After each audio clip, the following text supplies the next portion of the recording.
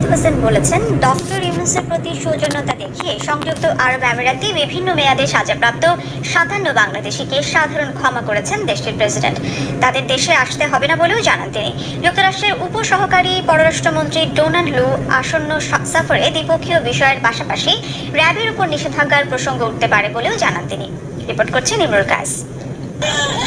শেখ হাসিনা সরকার বিরোধী ছাত্র জনতার আন্দোলনে সংহতি জানিয়ে বিক্ষোভ করায় ৫৭ প্রবাসী বাংলাদেশিকে যাবজ্জীবন সহ বিভিন্ন মেয়াদে কারাদণ্ড দেয় সংযুক্ত আরব আমিরাত। পরবর্তীতে তাদের মুক্ত করতে উদ্যোগ নেয় অন্তর্বর্তী সরকার। দেশটির প্রেসিডেন্টের সঙ্গে কথা বলেন প্রধান উপদেষ্টা ডক্টর মোহাম্মদ ইউনূস। এরই আলোকে আমিরাত সরকার ৫৭ বাংলাদেশিকে সাধারণ ক্ষমা করেছে বলে জানান পররাষ্ট্র উপদেষ্টা।